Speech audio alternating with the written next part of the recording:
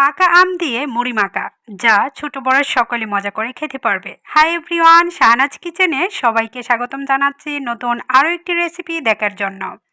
আশা করছি যে যেখান থেকে আমার রেসিপিটা দেখছেন সবাই অনেক ভালো আছেন, সুস্থ আছেন।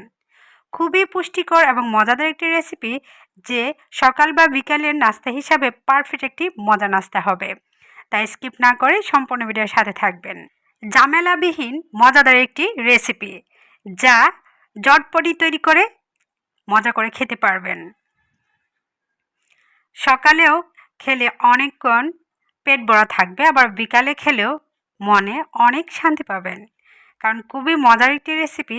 এখন যেহেতু আমের সিজন, প্রচুর পরিমাণে পাকা আম, কাঁচা আম বাজারে পাওয়া যাচ্ছে।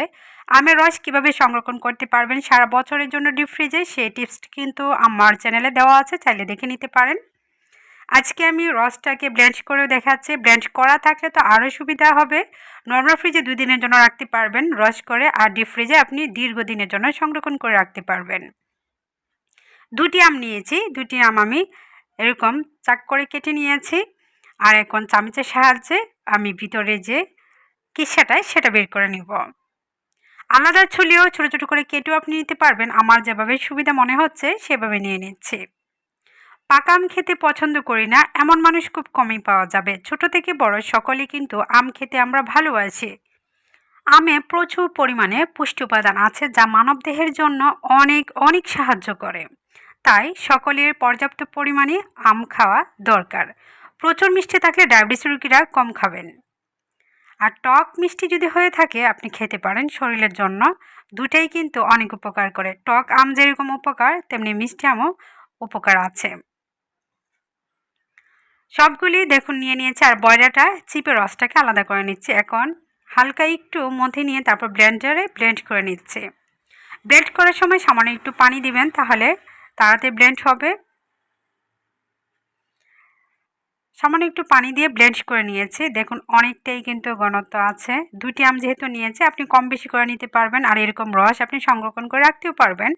আপনারা দেখতে পেয়েছেন যে ছোট একটি বাড়িতে নিয়েছি। এটা হচ্ছে আমি রূপচর্চার কাজে ব্যবহার করব বলে ম্যাঙ্গো ফেশিয়াল তৈরি করব। আপনারা বিউটি টিপসে দেখতে পারবেন, আবার শাহানা ব্লগেও পেয়ে যাবেন ম্যাঙ্গো ফেশিয়াল কীভাবে করতে হয় ঘরে বসে। আর ত্বকটাকে ভালো রাখার জন্য পাকা আম কিন্তু অনেক অনেক সাহায্য করে। যাদের মুখে প্রচুর পরিমাণে ব্রণ আছে তারা কিন্তু আমের পেস্ট ব্যবহার করতে পারবেন। কীভাবে ব্যবহার করবেন সেটা দেখতে হলে আমার 2টি চ্যানেলে আপনারা চোখ রাখবেন, শাহানা ব্লগে আর বিউটি টিপসে।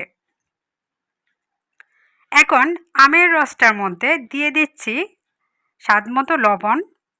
মিষ্টি খাবারে লবণ দিলে মিষ্টির ব্যালেন্স ঠিক থাকে এবং খাবারের স্বাদ দ্বিগুণ বেড়ে যায়। অনেকে আছে মিষ্টি খাবারে লবণ খেতে চায় না।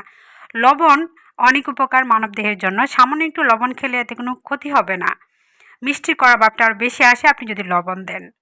ভরপুর এই গুল চামচ দিয়ে 2 চামচ পরিমাণ গুঁড়া দুধ দিয়ে দিচ্ছি। আপনি চাইলে কম বেশি করে দিতে পারেন, অথবা লিকুইড দুধও দিতে পারেন। লিকুইড দিলে মনে হচ্ছে বেশি পাতলা হয়ে যাবে, সেজন্য আমি গুঁড়া দুধটাই ব্যবহার করেছি। আর স্বাদ মতো চিনি দিয়েছি। চিনি পরিমাণ কম বেশি করে দিতে পারবেন। আবার আমের যদি মিষ্টিটা খেতে পছন্দ, তাহলে আমের মিষ্টিটাই শুধু খাবেন, এক্সট্রা চিনি দেওয়ার কোনো প্রয়োজন নেই। তো আমি তো আবার মিষ্টি প্রেমিক, আরও মিষ্টি না হলে মনে হয় যে স্বাদের অ্যাডফেট থাকবে, সেজন্য মিষ্টি আমি আরও চিনি বাড়িয়ে মিষ্টি করে নিয়েছি। মিক্সড করে নিচ্ছে। আপনি চাইলে ব্লেন্ড করার সময় গুঁড়া দুধ দিতে পারেন, চিনি লবণ দিয়ে মিশিয়ে ব্লেন্ড করতে পারেন, অথবা পরেও দিতে পারেন, আবার মুড়ির সাথে মিশিয়েও দিতে পারেন। আমার যেভাবে সুবিধা মনে হয়েছে সেভাবে আমি মিক্সড করে নিয়েছি। মুড়ি নিয়েছি এখানে হাফ বাটি, আপনি কম বেশি করেও নিতে পারবেন। এই তো মাখিয়ে নিচ্ছি। সেই সঙ্গে কিন্তু মজাদার একটি রেসিপি তৈরি হয়ে গেল, ঝামেলাবিহীন একটি নাস্তা। রসটা যদি করা থাকে, আমের রস আপনি নর্মাল ফ্রিজে 2 দিনের জন্য সংরক্ষণ করতে পারবেন, আর ডিপ ফ্রিজে দীর্ঘদিনের জন্য। কিছুক্ষণ পানিতে ভিজিয়ে রাখলে রসটা কিন্তু লিকুইড সুন্দরভাবে বরফ ছেড়ে যাবে, এবং আপনি যখন ইচ্ছা তখন জুস অথবা এরকম নাস্তা তৈরি করে খেতে পারবেন। আজকের রেসিপিটা কেমন লাগলো কমেন্ট করতে কিন্তু ভুলবেন না। বেশি ভালো লাগলে ফ্রেন্ডস ফ্যামিলিদের সাথে শেয়ার করতে পারেন। আপনাদের একটি শেয়ার আর ভালো একটি কমেন্ট আমার কাজ করার অনেক উৎসাহ যোগায়। সবসময় যারা সাপোর্ট করছেন তাদেরকে জানাই অসংখ্য অসংখ্য ধন্যবাদ। মন থেকে অনেক দোয়া এবং অনেক অনেক ভালোবাসা। এমন রেসিপি কে না পছন্দ করে?